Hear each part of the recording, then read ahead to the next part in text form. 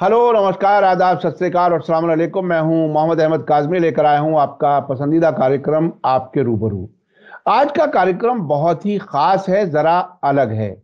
अलग इसलिए है कि हैदराबाद में जो निज़ाम हैदराबाद जिसको कहा जाता है, जिसकी कड़ियां मुगल सल्तनत से जुड़ी हुई थी, ऐसा बताया जाता है। उनके जो सक्सेसर थे, आखिरी जो निज़ाम हुए हैं, वो हुए हैं मीर उस्मान अली खान। उनके बाद मुल्क की आज़ादी के बाद और जो सक्सेशन में उन्होंने अपने पोते को तय किया था, मुकर्रम जाह को। अब उनका इंतकाल हुआ है तुर्की के इस्तांबुल शहर में। तुर्की, आपको याद आ गया होगा कि तुर्की आज के ज़माने में तो रजब तैयब अर्दगान के नाम से जाना चाहता है, लेकिन पुरानी तारीख में सल्तनत उस्मानिया से जाना जाता है। वो वहां रहते थे। क्या कुछ वजह थी, क्या हुआ, अब वहां की जो जो निजाम की फैमिली है उसका क्या हाल है, और ये शख्सियत कितनी इंपॉर्टेंट थी, क्या कुछ था, इस सब पर जानकारी के लिए मेरे साथ खास मेहमान है सीनियर जर्नलिस्ट सैयद अली मुश्तबा साहब, जो चेन्नई में रहते हैं। उन्होंने हैदराबाद से रिपोर्टिंग भी की है और वो बहुत नजदीक से इस फैमिली को जानते और समझते हैं। उनकी सियासी हैसियत क्या थी, समाजी हैसियत क्या थी, आज भी उनकी फैमिली के लोग क्या कुछ करते हैं। ये बहुत ही दिलचस्प होने वाला है ये इंटरव्यू। आप आखिर तक जरूर देखें, चूंकि निजाम हैदराबाद जब कहते हैं, जब हम दिल्ली में देखते हैं तो हैदराबाद हाउस हमें याद आता है, जिसमें फॉरेन गेस्ट को होस्ट करते हैं प्राइम मिनिस्टर। उस लेवल की इंडिया गेट से लगी हुई इमारत। तो इस तरह से मुख्तलिफ स्टेट्स की, अपनी प्रिंसली स्टेट्स की बहुत सी बिल्डिंगें दिल्ली में हैं जो आजकल केंद्र सरकार के पास हैं। हैदराबाद हाउस भी उन्हीं में से एक है। और हैदराबाद हाउस जब आप कहते हैं तो निजाम हैदराबाद की ही एक तरह से नुमाइंदगी करने वाला यहाँ कोई दफ्तर होता था, क्या होता था वो भी हम समझेंगे। सैयद अली मुश्तबा साहब, वेलकम है आपका। मीडिया स्टार वर्ल्ड को आपने वक्त दिया। आप हर हफ्ते साउथ एशिया पर बात करते हैं, लेकिन खास तौर पर इस सिलसिले में प्रोग्राम इसीलिए रखा कि आपकी जानकारी इस सिलसिले में ज्यादा अच्छी है। मैं समझता हूं कि हमारे दर्शक निजाम हैदराबाद के मौजूदा जो हालात हैं वो जरूर जानना चाहेंगे। अली मुश्तबा साहब, वेलकम है आपका। मीडिया स्टार वर्ल्ड को आपने वक्त दिया। आप ये बताइए कि मुकर्रम जाह की शख्सियत क्या कुछ थी, कैसे थे, कहाँ रहते थे, कितनी उम्र थी, सियासी हैसियत क्या थी, समाजी हैसियत क्या थी, भारत से बाहर क्यों रह रहे थे, वहां क्यों इंतकाल हुआ, क्या कुछ है, थोड़ा सा आप बताइए। ये बड़ा आम तौर पर इसके बारे में मालूमात लोगों को नहीं है। आप बताइए क्या कुछ ये घर, ये खानदान, ये कुनबा, इसके क्या कुछ क्या अहमियत आज भी है, और क्या अहमियत रही है। जब हैदराबाद का नाम आता है जहन में तो साथ में निजाम हैदराबाद भी जहन में आता है। ये क्या कुछ था, ये शख्सियत, इसके बारे में थोड़ा बताइए, और उसके बाद फिर मैं और भी कुछ मालूम करना चाहूंगा आपसे। जी, बहुत शुक्रिया। आपका बहुत नवाजिश और आदाब, सत श्री अकाल और अस्सलाम वालेकुम। इतना कहने के बाद मैं आपसे ये अर्ज करना चाहता हूँ कि जो 8th निज़ाम ऑफ हैदराबाद जो ऑफिशियली डिक्लेयर किए गए थे, और जो कि आसिफ जाही डायनेस्टी के 8th जो हैं वो वलीअहद थे, उनका नाम था मुकर्रम जाह। और बहुत बड़े नाम हैं उनके, मुकद्दर बहादुर, मीर बहादुर, बरकत अली सिद्दीकी, मुकर्रम जाह, और 3-4 लाइन में जो है उनके टाइटल ही चले जाते हैं। उनका इंतकाल जो है वो सैटरडे के नाइट को टर्की के इस्तांबुल में हो गया। वो 90 साल की उम्र के थे और ज़ईफ़ी की वजह से उनका इंतकाल हुआ, बहुत पीसफुल इंतकाल हुआ। और क्योंकि उनका विल था, उनकी ये मंशा थी, उन्होंने वसीयत की थी कि मुझे दफनाया जाए हैदराबाद में रॉयल ग्रेवयार्ड, जो कब्रिस्तान है निज़ाम ऑफ हैदराबाद का, या आसिफ जाही खानदान का जो निज़ाम है, जो जो कब्रिस्तान है वही उनको। तो बुध के दिन सुबह जो है उनका जो है, जो उनका शव है वो आएगा टर्की से बाय चार्टर्ड प्लेन। और उनके जितने रिश्तेदार हैं वो सब यूरोप में, अमेरिका में, टर्की में यहीं बिखरे हुए हैं। उनके पोते हैं और पोतों के भी बच्चे हैं, तो वो सब मिलके वो हैदराबाद आ रहे हैं बुध के दिन सुबह में। उनकी लाश जो है वो चौमहल्ला पैलेस है उनका, उसमें 4 पैलेसेस हैं, जो अभी वाकई वो जो है वो निजाम ऑफ हैदराबाद का एक हेरिटेज म्यूजियम बना हुआ है, जिसमें आप टिकट लगा के जा सकते हैं। उसी के अंदर जहाँ पे मतलब निजाम ऑफ हैदराबाद जो है, जहाँ से अपनी मतलब शहनशाही चलाते थे, वहीं वो रखा जाएगा उनका जनाजा, और उसको जो है वहां खराज अकीदत देने के लिए लोग आएंगे। और कल 4 बजे शाम को मक्का मस्जिद जो हैदराबाद में है, वो मस्जिद भी एक तारीखी मस्जिद है, उसको औरंगजेब ने बनवाया था, और वो आज भी बहुत आइकॉनिक मस्जिद है, और मक्का मस्जिद की वही हैसियत है जो दिल्ली में जमा मस्जिद की है। तो उसी मक्का मस्जिद में इनका जनाज नमाजा पढ़ाया जाएगा, नमाज जनाजा पढ़ाया जाएगा। और उसी के पास चार मीनार है, वहां पे वो पैदल या गाड़ी में जो भी कुछ करके उनके लाश को ले जाया जाएगा, और वहीं पे उनका जो रॉयल ग्रेवयार्ड है, जो कब्रिस्तान है, वहीं उनको दफन किया जाएगा। तो कल का दिन जो है वो हैदराबाद के लिए बहुत ही मतलब चहल पहल और एक मतलब याद और मतलब शोक मनाने का दिन है। अच्छा, ये बताइए कि पुराने हैदराबाद में जब गुजरते हैं तो वो महल भी नजर आता है, जब चार मीनार की तरफ बढ़ते हैं और उसके पास में मक्का मस्जिद, वो एक खास तौर पे एक एम्बियंस महसूस होता है पुराने शहर का। वहां के लोग, आम लोग इस हैदराबाद निजाम की फैमिली से कितने जुड़े हुए हैं? क्यों कोई कुछ एक तरह से जो मोहब्बत, खुलूस, किसी किस्म का कोई लगाव पब्लिक से अब भी कुछ रहता है इस फैमिली का? जो चार मीनार के बगल में ही फलकनुमा पैलेस है, जो अब ताज होटल हो गया है, जो कि निजाम ऑफ हैदराबाद का जो है मेन महल हुआ करता था, जो फलकनुमा जो पैलेस है। और फलकनुमा तो फलकनुमा ही है, उसके जो मतलब हिस्ट्री और उसकी बड़ाई तो एक प्रोग्राम से भी कम है। तो वहीं पे वो फलकनुमा पैलेस हुआ करता था, और वो आज भी मौजूद है, जो कि अब ताज हेरिटेज होटल के नाम से जाना जाता है। और मैं एज ए रिपोर्टर इन हैदराबाद में मैं 3 साल काम कर चुका हूं, और मैं खासकर ये निजाम ऑफ हैदराबाद के लिए मैं मखसूस रिपोर्टिंग करता था। मुझे ये बीट मिला हुआ था कि कोई भी अगर कहानी आती है तो मैं ही उसको रिपोर्ट करूं। तो मैंने जो आपका जो सवाल है कि उनका जो है सामाजिक रूप से क्या रिश्ता था उनके फैमिली से, तो जहां तक फैमिली है तो उनकी बहुत बड़ी फैमिली है। मतलब 200-250 साल जिस हुकूमत ने, जिस मतलब फैमिली ने, आसिफ जाही फैमिली ने रूल किया है, तो उनके खानदान और कुंबा का तो कोई कहना नहीं है। सब कोई जो है अपने आप को निजाम से ही रिश्ता जोड़ता है। लेकिन जो कॉमन मैन है, उनकी खराज अकीदत है वो निजाम ऑफ हैदराबाद को, और खासकर मुकर्रम जा को मैंने देखा है हर साल उनके ना रहने पर उनका बड़ा फोटो लगाकर उनका बर्थडे मनाया जाता है ओल्ड सिटी ऑफ हैदराबाद में। हालांकि उनका कोई इंपॉर्टेंस नहीं है, उनका कोई भी मतलब पॉलिटिकल और इस तरह की कोई चीज है ही नहीं है, लेकिन वो पब्लिक के दिल में रहते हैं। एक लार्ज, कल आप देखेंगे अगर वो टीवी में कहीं रिले करें तो कल देखेंगे कि कैसे कितने लोग निकल के आते हैं उनके जनाजे नमाज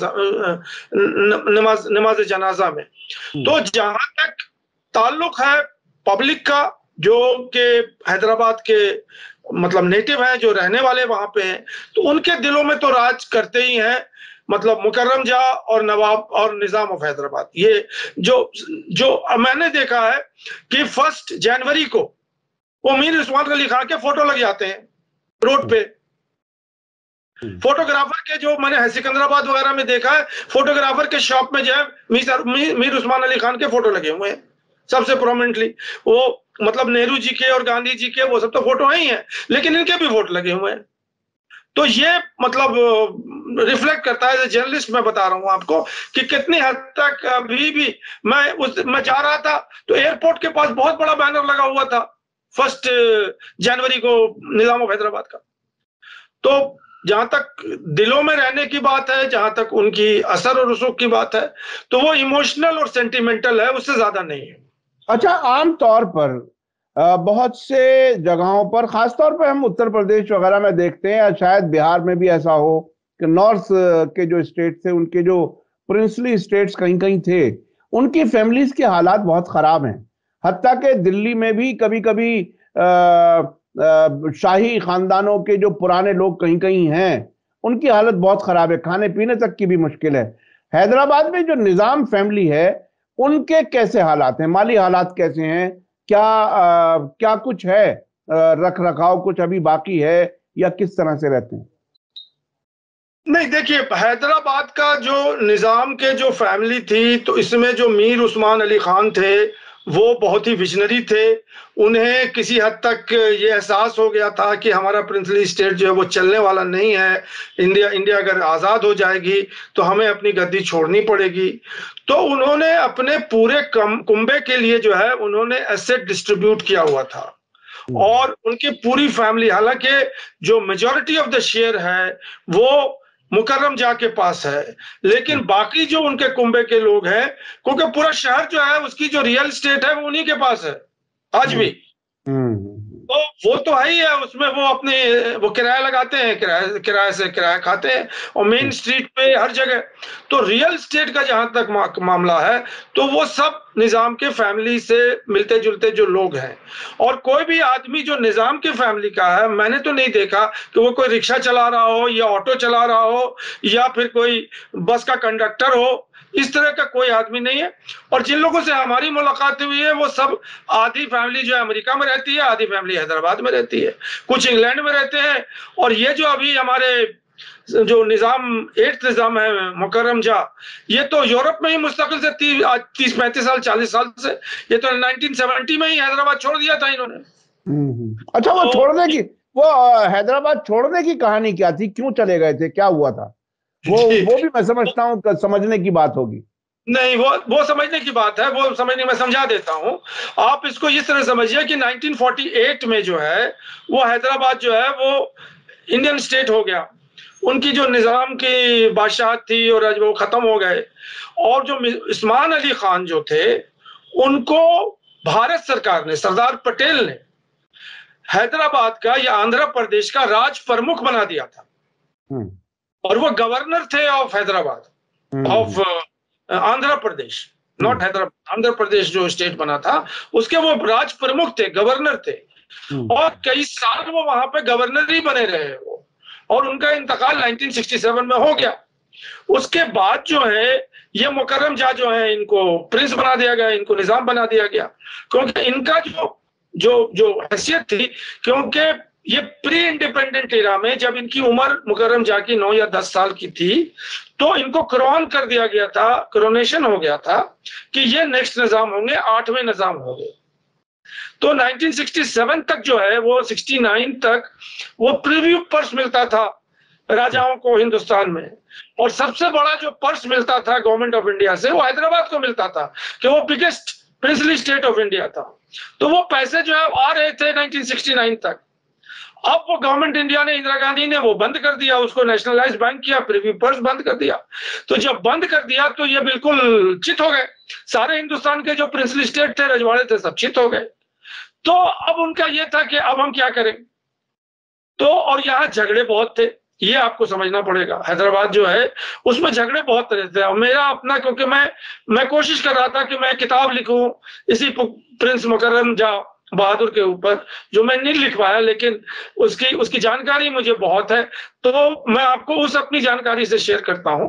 अच्छा, मैं एक चीज बीच में रुक के मैं एक चीज समझना चाहूंगा कि ये जो भारत सरकार ने इंदिरा गांधी के जमाने में पैसा देना बंद किया गया, क्या हैदराबाद स्टेट के मर्ज होने के साथ कोई समझौता हुआ था कि हम मदद देते रहेंगे?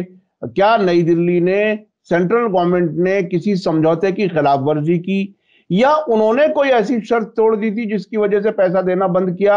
आखिर सेंट्रल गवर्नमेंट को ये कदम क्यों उठाना पड़ा? कोई वो भी कुछ पता चल पाया आपको? नहीं, देखिए, उसके लिए आपको प्री पार्टीशन जो हिस्ट्री है वो समझनी पड़ेगी। और आफ्टर पार्टीशन जो है और आफ्टर इंडिपेंडेंस, भारत सरकार ने 5,000 कितने रजवाड़े थे हिंदुस्तान में जो 1948-47 के टाइम में, वो 5,545 इस तरह के रजवाड़े थे। उन सबको भारत सरकार पैसे देती थी उनकी हैसियत के मुताबिक। ये एग्रीमेंट इंडिपेंडेंट ऑफ इंडिया के साथ हुआ था, क्योंकि उसको समझने के लिए आपको ये समझना होगा कि जो ब्रिटिश सरकार थी उस टाइम 2 इंडिया होते थे। एक तो ब्रिटिश सरकार की इंडिया होती थी जिसपे कि भारत सरकार ने मतलब आई तो वो हो गया। दूसरा प्रिंसली स्टेट की सरकार होती थी जिसके अपने इंडिपेंडेंट किंगडम थे, और उस इंडिपेंडेंट किंगडम में कश्मीर किंगडम था, जयपुर भी था, और बहुत सारे 5000, और उनमें से जो है जो सबसे छोटा जो स्टेट था वो हमारे दरभंगा स्टेट था, जिसके महाराजा हुआ करते थे, और उनको उनकी हैसियत के मुताबिक उसमें ब्रिटिश ने वो तोपों की सलामी का क्राइटेरिया बनाया हुआ था कि कौन रजवाड़ा जो है उसको कितनी तोप की सलामी बनेगी, और उनका उन्होंने एक डेजिग्नेशन भी दिया हुआ था।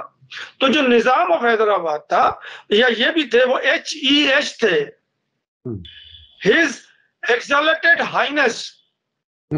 योर हाइनेस तो सब थे, लेकिन ही वॉज HEH, जो कि आखिरी पादान है, मतलब रजवाड़ों के लिए वो HH कहलाते थे। और ये भी जो मुकर्रम जहां है ये भी HH कहलाते हैं, इनका एक टाइटल ये भी था, और मेरे उस्मान अली खान था।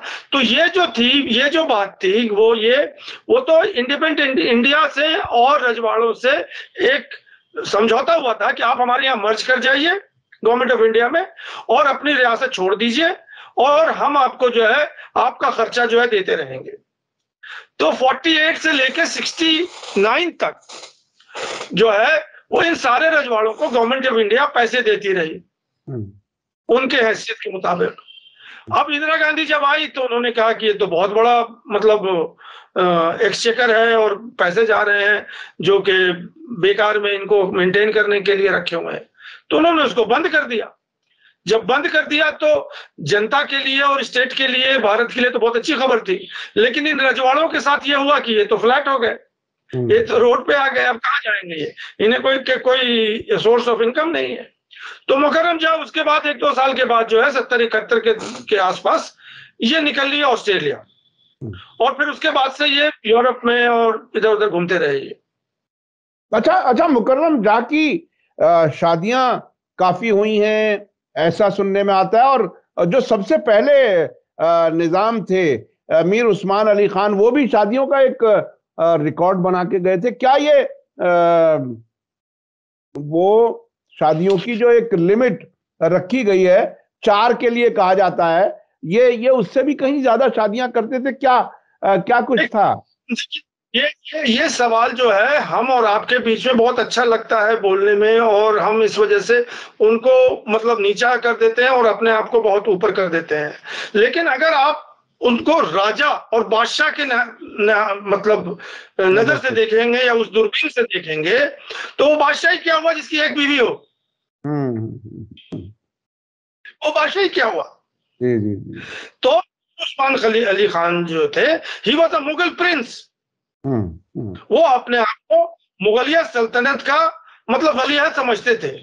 और जो ये मैं नहीं कह रहा हूं, आप राजस्थान में देख लीजिए, और भी बहुत सारे रजवाड़ों के देख लीजिए, तो वो तो एक जैसे तलवार होता था उनके यहाँ जो ये निशानदाही करता था कि कितने पावरफुल आप हैं, उसी तरह से बीवियां होती थी कि कितनी बीवियां आपके पास हैं, कितने को आप खिला सकते हैं, कितने को आप रख सकते हैं। तो आप उस नजरिए से अगर आप देखेंगे तो फिर आपको समझ में आएगा कि इन्होंने किया तो कोई उस जमाने के चलन को या उस जमाने का जो दस्तूर था राजाओं का, उससे कोई खिलाफ वर्जी नहीं की उन्होंने।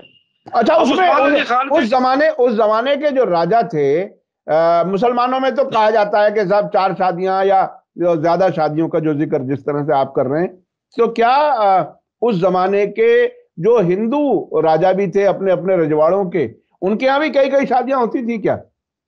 बिल्कुल 100 से ऊपर के नंबर थे। आप देख लीजिए, जो हिस्ट्री में, ये तो हिस्ट्री की बात है ना, इसमें मैं और आप कोई गप तो नहीं कर सकते हैं ना। बिल्कुल इसमें कोई, तो ये तो बिल्कुल एक रिवाज था, वो एक जमाना बदल गया, वो फ्यूडल सिस्टम था। वो जो है वो एक फ्यूडल सिस्टम था, और जो फ्यूडल सिस्टम में जो फ्यूडल लॉर्ड होते थे तो वो उसी तरह से रहते थे जैसे और फ्यूडल लॉर्ड रहते हैं। तो वो आज के जो हमारे जो आज पोस्ट इंडिपेंडेंट इंडिया और जो ये सब जो है 20th सेंचुरी के हम नागरिक तो थे नहीं, वो तो अपने इतिहास में ही डूबे हुए थे। तो अब उस्मान अली खान की जो बात है, जो मीर उस्मान अली खान थे, उन्होंने 7 शादियां की थी और उनके 35 बच्चे हुए थे। और उन 35 बच्चों में से जो है उनके जो वलीअहद थे, ये मुकर्रम जा के जो फादर थे, उनका नाम था आजम जा। तो आजम जा को जो है, और आजम जा की जो बीवी थी उनका नाम था दर्र शवाक, जो इनकी माँ मुकर्रम जा की। ये टर्की के जो रूलर होते थे, ऑटोमन एम्पायर, जिसको खिलाफत, अबॉलिशन ऑफ खिलाफत, उनका नाम था मजीद, जो लास्ट खलीफा हुए थे, अब्दुल मजीद, जो टर्की में थे, उनकी बेटी थी। उनसे इन्होंने शादी की थी। निजाम ऑफ हैदराबाद जो है, उसकी शादी जो है टर्की के सुल्तान की बेटी से हुई थी। तो ये रिश्ता जुड़ा था। तो उसके बाद जो है वो एक बहुत बड़ी रिश्ता है। किसी कोई भी मतलब इंडिया का जो नोबल मतलब निजाम है, वो टर्की के जो बादशाह उसकी बेटी से अपने मतलब घर में रिश्ता करे, ये तो बहुत बड़ी बात है। और वो लोग भी एग्री किए कि हाँ वो रिश्ता है। तो ये तो उनका चला। उसके बाद से फिर टर्की और हैदराबाद तो बस एक ही हो गया। मतलब ये है कि इन दोनों के रिश्ते चलते रहे, वहां से और यहाँ से। अच्छा तो अच्छा, ये जो अच्छा, एक एक एक एक एक एंगल ये भी है समझने के लिए, क्योंकि देखिए मुस्लिम मुल्कों के एक तरह से जो लीडिंग दो तीन मुल्क कहे जाते हैं मुख्तलिफ रीजन से, सऊदी अरब, तुर्की और मिस्र। ईरान तो बहरहाल उसको एक शिया पहचान के साथ जाना जाता है, वो एक अलग एक चीज है।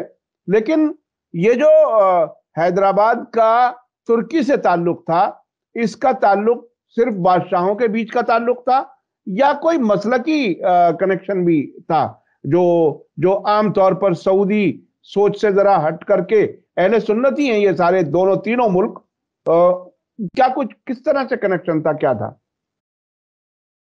नहीं, देखिए, मैं जो समझ रहा हूं, तो मीर उस्मान अली खान जो हैं वो सबसे बड़े प्रिंसली स्टेट थे इंडिया के, the biggest princely state. He was the richest princely state. In fact time magazine ने उनको richest man of the world करार दिया है। उनके कुछ लोगों ने ये कहा कि अगर वो अपनी प्रॉपर्टी इन्वेस्ट कर देते मतलब ग्लोबल मार्केट में, तो ग्लोबल मार्केट में धमाका आ जाता, भूचाल आ जाता, अर्थक्वेक आ जाता, इस तरह की बातें कहते हैं। तो उस्मान अली खान को जो है वो तो जाहिर सी बात है कि वो इंडिया के एक स्टेट के वो रूलर थे, और वो बहुत मतलब अमीर थे, ये सारी चीजें तो थी। तो उन्हें एक प्रेस्टीज चाहिए थी, और वो प्रेस्टीज का जो मुकाम है वो खलीफा का है। सुल्तानत उस्मानिया का जो बादशाह है, तो वो पूरे मुस्लिम वर्ल्ड का बादशाह है। अभी जो सलमान है, जो हमारे वलीअहद है सऊदी अरेबिया के, वो उम्मा के बादशाह नहीं है, वो सिर्फ सऊदी अरेबिया के बादशाह है। और सुल्तानत उस्मानिया की जो किंगडम थी, वो तो आप जान ही रहे हैं, जो खिलाफत एबॉलिश हुई 1922 में, तो वो कितनी बड़ी खिलाफत थी। तो ये उस्मान अली खान ने जो शादी की थी, मेरे हिसाब से वो अपनी प्रेस्टीज को इंटरनेशनल लेवल पे मतलब लाने के लिए मुसलमानों के बीच में कि देखिए हम इतने पैसे वाले हैं कि हम खलीफा का घर में हम शादी कर सकते हैं। ये मकसद था उनके शादी करने का वहां पे। तो ये बहुत ही इंटरेस्टिंग कहानी है, कई ट्विस्ट टर्न है इस कहानी में। अच्छा, अभी क्या ये जो फैमिलियां हैं इनकी, क्या ये एजुकेशन वगैरह में अच्छी हैं, या आम तौर पर जैसे बड़े घरों के बच्चे बिगड़ जाते हैं, पढ़ते वढ़ते नहीं हैं, अपनी अय्याशी में लग जाते हैं, बचपन से ही कार और ये और घोड़े और दुनिया भर की चीजें, क्योंकि ऐश के सामान उन्हें आसानी से मिल जाते हैं। तो क्या तरक्की की तरफ बढ़ने वाले लोग हैं, या सिर्फ अपने प्रॉपर्टीज का मजा ले रहे हैं, ऐश कर रहे हैं? क्या कैसी हैं फैमिलियां, किस तरह की हैं? देखिए, मैं तो ये कह रहा हूं कि जो हैदराबाद में इनकी जो फैमिलीज हैं, वो एक upper class middle class family है, या आप एक समझ लीजिए कि अपर रिच फैमिली है। और ये जमाने के साथ अपने आप को इन्होंने ढाल लिया है। ये कोई फ्यूडल क्लास नहीं है, काफी एजुकेटेड लोग हैं, और बहुत ही मतलब ये है कि अच्छी हैसियत वाले लोग हैं। और इनके जो है अपने बिजनेसेस हैं, और अब जो गल्फ के जो जो जो एवेन्यू खुल गया है, तो वहां पे ये जाकर के अपने आप को सऊदी अरेबिया में और दुबई में यहाँ वहां इन्होंने स्टैब्लिश किया हुआ है। बहुत सारे लोग इनके जो है बिजनेस कर रहे हैं। तो आजकल जो हैदराबाद का जो हालत है, तो इनके जो लोग हैं, क्योंकि इनके पास एजुकेशन था, नॉलेज था और विजन था, तो इन्होंने बहुत जल्दी अपने आप को मॉडर्न जमाने में जो है वो ढाल लिया। लेकिन हमारे जो ये मुकर्रम जा थे, ये इनका जो किस्सा ये है कि रस्सी तो जल गई लेकिन ऐठन नहीं गई, तो ये उसी में रहे। और इसलिए भी मैं कह रहा हूं कि अल्लाह ताला ने इनको नवाजा है उस उतनी दौलत से। भाई हम और आप तो मजदूरी करते हैं, वो किस लिए करते हैं? खाने के लिए ना। और जब सारी अभी भी आज के डेट में भी मैं बता दूं कि ये आदमी 100 करोड़ से ऊपर का मालिक है। आज के डेट में जो हैदराबाद में इसकी प्रॉपर्टी है, मैं देख चुका हूं, जो फॉरेस्ट लैंड है 400 एकड़ का फॉरेस्ट लैंड है इसका, जो कि इसकी अपनी प्राइवेट स्टेट है। ये पैलेसेस है। तो अब जिसके पास इतनी जायदाद अगर हो तो वो क्या करेगा, बोलिए आप? वो मजदूरी करेगा जाकर, वो मजदूरी करेगा। लेकिन बहरहाल एजुकेशन और लुकिंग फॉरवर्ड जिसे कहा जाता है, आगे बढ़ने की ख्वाहिश और अपनी इज्जत और बढ़ाने की ख्वाहिश, वो क्लास होती है। एक अपने बुजुर्गों का इकट्ठा किया हुआ बस खाते रहना और बस जिंदगी गुजार देना, उस तरह के लोग हो जाते हैं आमतौर पर बड़े घरों में। तो मेरा सवाल उस तरह से था कि क्या एजुकेशन, आगे बढ़ना, दुनिया में तरक्की करना, उस लाइन पर भी ये लोग जा रहे हैं क्या? जी जी, बिल्कुल सही आप कह रहे हैं। ये लोग जो हैं बहुत फॉरवर्ड लुकिंग है, बहुत ही, मतलब ये लोग जो हैं, मतलब जो दुनिया में आईटी प्रोफेशन है, एरोनॉटिक्स में है, मतलब इस तरह के साइंटिस्ट लोग हैं, और मतलब they are all very forward looking people. वो लगते नहीं है कि ये कोई बहुत ऑर्डिनरी, मतलब एक मिडिल क्लास के लोग नहीं है। ये सब अपर क्रस्ट है, और इनकी जो है वो लोग थे, वही सब है। जी जी जी जी। मैं यहाँ अच्छा अभी एक चीज और, हाँ बताइए। नहीं, एक चीज आपको और समझाना चाहता हूं। यहाँ पे ये पर्सनालिटी जो है, वो जो जिनका हम लोग नाम ले रहे हैं, मुकर्रम जा बहादुर जो है, जिनका इंतकाल हुआ है, तो इसके बाद जो है वो निजाम की डायनेस्टी खत्म हो गई। इसके बाद अब कोई नौवां निजाम नहीं होगा। He was the 8th Prince of Hyderabad. और इसके बाद से आसफ जाही डायनेस्टी जो 1724 में चली थी, वो उसका भी खात्मा हो गया। अब जो लोग निजाम के जो फ्यूचर जनरेशन है, उसके बच्चे हैं, वो अपना घर में अपना उसको निजाम बना दे तो बात है, लेकिन वो पब्लिक निजाम के नाम पे निजाम नहीं है, ना ही वो आसिफ जाही रूलर है। तो आसिफ जाही रूलर का जो है वो पन्ना जो है बंद हो गया, और निजाम का भी जो है वो पन्ना बंद हो गया मुकर्रम जाके मरने के बाद। अच्छा ये अब मैं जरा बिल्कुल जदीद मौके, इस वक्त के हालात के बारे में थोड़ा सा कनेक्ट करना चाह रहा हूं। ये जो निजाम फैमिली है, उसके साथ लोगों का जो कनेक्शन, जिस तरह से आपने बताया कि एक मोहब्बत और खुलूस का कनेक्शन है, तो क्या अब जो नए सुल्तान सलाहुद्दीन ओवैसी के बेटे फर्जंद हैं इस वक्त, वो भी क्या कहीं उस पुराने हैदराबाद में अपने आप को उस तरह से एक्सेप्ट करा पा रहे हैं? चूंकि एक मेंबर पार्लियामेंट उनकी पार्टी का होता है, असदुद्दीन ओवैसी हैं, तो उसमें क्या वो मिजाज कुछ शहर के बड़े लोगों की इज्जत करने का, आम लोगों में जो मिजाज होता है, उसका फायदा असदुद्दीन ओवैसी की फैमिली को भी मिला है क्या? नहीं, बिल्कुल नहीं मिला है। देखिए, असदुद्दीन ओवैसी और उनके जो फादर थे, मैं जब वो हयात थे वहां पे, वो नाम भूल रहा हूँ, वो जो है सलाहुद्दीन ओवैसी, सुल्तान सलाहुद्दीन ओवैसी जो थे, उनकी तकरीरों में जा चुका हूं मैं। और लेकिन ये लोग जो है, इनको लोग पॉलिटिशियन समझते हैं। इनको जो है बस उसी तक रखते हैं कि ये पॉलिटिकल पार्टी चला रहे हैं और ये पॉलिटिशियन है।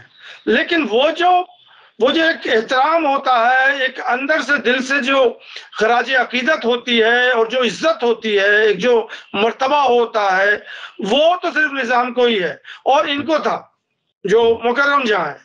मुझे याद है एक बार मैंने बहुत दूर से मक्का मस्जिद में गया था। ये उस वक्त आए हुए थे, वही नमाज पढ़ते थे, और जब निकले थे तो ये सिर्फ खड़े हो जाते थे, और लोगों का तांता लग जाता था इनको सिर्फ दीदार करने के लिए, मुकर्रम जाको जिनका इंतकाल हुआ है। और इनको अभी भी जो है निजाम हुजूर के नाम से बोलते हैं। वो निजाम हुजूर बोलते हैं, हर कोई हुजूर बोलता है, सरकार बोलता है, माँ बाप बोलता है, आज के डेट में भी। यही इनके लिए जो लोगों के का लक़ब है। ओवैसी को कोई नहीं बोलता, ये लफ्ज कहीं किसी भी से भी नहीं सुन लीजिएगा, सब लोग ओवैसी बोलता है। तो ओवैसी का जो मुकाम है और इनके मुकाम में वो आसमान और जमीन का फर्क है। ये तो आसमान पे बैठे हुए हैं, जी जी जी, जिसको कहते हैं कुजा तू कुजा, तो जी जी जी, निजाम और हैदराबाद बात है वो अलग ही है। जी जी जी जी, बहुत बहुत शुक्रिया जनाब सैयद अली मुश्तबा साहब। आपने बहुत ही नज़दीक से उस फैमिली के बारे में जो कुछ देखा है वो हमें आपने बताया हमारे दर्शकों को। और मैं समझता हूं कि आखिरी निज़ाम के जाने पर बहरहाल एक महसूस कर रहे होंगे। हमारे बहुत से लोग हैदराबाद में देखने वाले, वहाँ के आसपास के देखने वाले भी ज़रूर हैं। तो हम बहरहाल खराज अकीदत भी पेश करते हैं। और जी आप कुछ आखिर में कुछ कहना चाह रहे हैं, बताइए।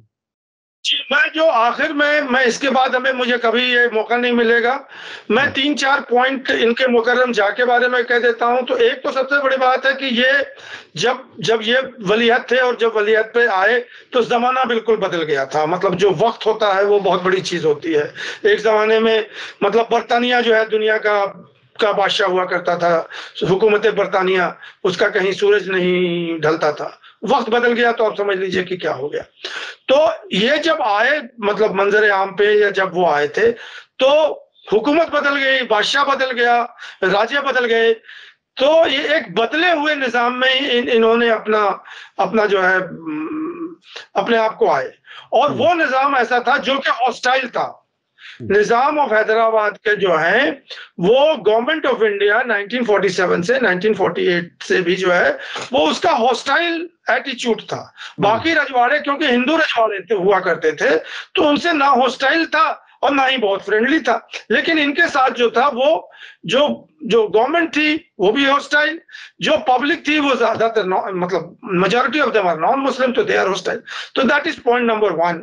दूसरा पॉइंट नंबर 2 है कि इनका कुंबा इतना बड़ा था, इनकी फैमिली इतनी बड़ी थी कि वो आपस में, जैसे हमारे यहाँ गोतिया की लड़ाई होती है, भाई भाई के पीछे लगा रहता है, उसका माल हड़प करना चाहता है, चचेरा भाई, ममेरे भाई, ये सारे जो लोग थे ये इनके पीछे लड़ गए कि आप अकेले कैसे सारे संपत्ति के मालिक हो जाएंगे।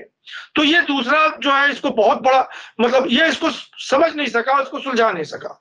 तीसरी बात यह है कि इन झगड़ों से छोड़ करके ये भाग गया, ये रिस्पॉन्सिबिलिटी नहीं लेना चाहता था। यहां से छोड़ के वो ऑस्ट्रेलिया चला गया। ऑस्ट्रेलिया में वो पड़ा रहा कई सालों तक, कई वर्षों तक, और तरह तरह के काम करता रहता था। बहुत इंटरेस्टिंग कैरेक्टर है। और लास्ट जो चीजें हैं, जो लास्ट चीज थी वो इसकी ये कि रस्सी जल गई, ऐठन नहीं गया। अपने आप को निजाम हैदराबादी समझता था। तो खर्चे जो इसके थे, और इसकी जो है, मैं ये नहीं कहता था कि अय्याश था या कोई इस तरह की अय्याशी की तरफ हुआ था, लेकिन वो अपने खर्चे कम ही नहीं कर सकता था। अब एक गरीब आदमी का खर्चा तो वो नहीं कर सकता ना, जिसके तन पे कोई कपड़ा ही नहीं है। तो उसके रहने के लिए उसको नौकर भी चाहिए, उसको मतलब सारे जो वो ऑस्ट्रेलिया में जो है, उसने एक महल में रहता था, उसका नाम था, पर्थ में वो था महल, उसका नाम था हचिसन या मोचिसन। उसमें वो रहता था और वो आउटबैक था, उस पे शीप फार्मिंग करता था। शीप रखे हुए थे उसने, हजारों शीप रखे हुए थे। और मेरे कुछ ऑस्ट्रेलिया में दोस्त हैं, तो वो कहता कैसा सन की आदमी है, वो गाड़ी को जो है ठीक करता रहता था, उसको खोल देता था, उसको बनाता रहता था, यही काम था इसका। तो इसका मतलब थोड़ा सा शायद जहनी तौर पर झटका भी लगा होगा वतन छोड़ने के जाने के बाद। बहरहाल इस किस्म की फैमिलीज के जो बच्चे होते हैं वो मुख्तलिफ ऐसे हालात से गुजरते हैं कि उसके असरात भी होते हैं। बहरहाल बहुत बहुत शुक्रिया जनाब सैयद अली मुश्तबा साहब, आपने मुकर्रम जाह के बारे में, जो 8वें निज़ाम थे और निज़ाम आखिरी निज़ाम थे, अब इसके बाद कोई निज़ाम हैदराबाद नहीं होगा, ये बहुत ही अहम तारीखी मौका है जिस पर आपने ये सारी इंफॉर्मेशन हमारे साथ शेयर की। बहुत बहुत शुक्रिया। इसी के साथ मुझे दीजिए इजाजत। धन्यवाद, शुक्रिया। जय भारत, जय हिंद। मीडिया स्टार वर्ल्ड के और वीडियो देखने के लिए हमारे चैनल को सब्सक्राइब करें और सीधे नोटिफिकेशन पाने के लिए बेल आइकन दबाएं। और अगर हमारी खबर सच्ची और अच्छी लगे तो अपने व्हाट्सएप, इंस्टाग्राम, फेसबुक और ट्विटर अकाउंट पर जरूर शेयर करें।